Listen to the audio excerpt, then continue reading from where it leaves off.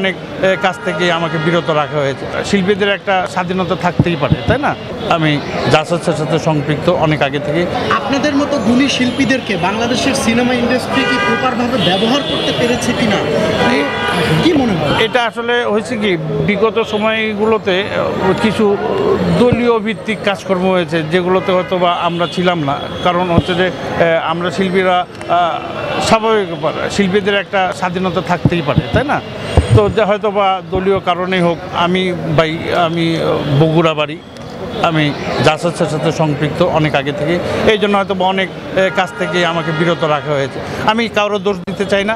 আমার কথা হচ্ছে যে প্রপার কাজ হলে, প্রপার আর্টিস্ট যদি আমরা হয়ে থাকি, আমরা যদি জাত শিল্পী হয়ে থাকি, আমাদেরকে আজকে হলেও নিবে, কালকে হলেও নিবে, ভবিষ্যতেও নেবে ইনশাল্লাহ। আমি এই আশা ব্যক্ত করি, এই দৃঢ় আমাদের কনফিডেন্স আছে যে যারা কাজ জানে তাদেরকে নেবে ইনশাল্লাহ। ডন ভাই, রাজনৈতিকভাবে আপনারা যে সাফারটা করেছিলেন, হ্যাঁ, সেই সাফারটা আসলে অন্য যারা শিল্পী আছে বা আপনাদের যারা বিরোধী মতের আছে, তারাও সেটা করবে কিনা, না সব ভুলে শিল্পীরা শিল্পীদের মতো করে বাঁচবে কিনা? আমার একটাই কথা, আমার ডন একটা সাইন আছে, ডন হচ্ছে যে সবসময় সত্য সুন্দর সৃষ্টির পক্ষে থাকবে ইনশাল্লাহ। আমার কথা হচ্ছে যে বিগত সময় যারা ভুল করে গেছেন, যারা শিল্পীদের সাথে অসৎ আচরণ করে গেছেন, আমরা তাদের মতন হতে চাই না। আমরা চাই আমাদের হৃদয়টা আরও বড় হোক, আমরা শিল্পী, আমাদের শিল্পীদের হৃদয় আরও বড় হোক। আমরা সবাই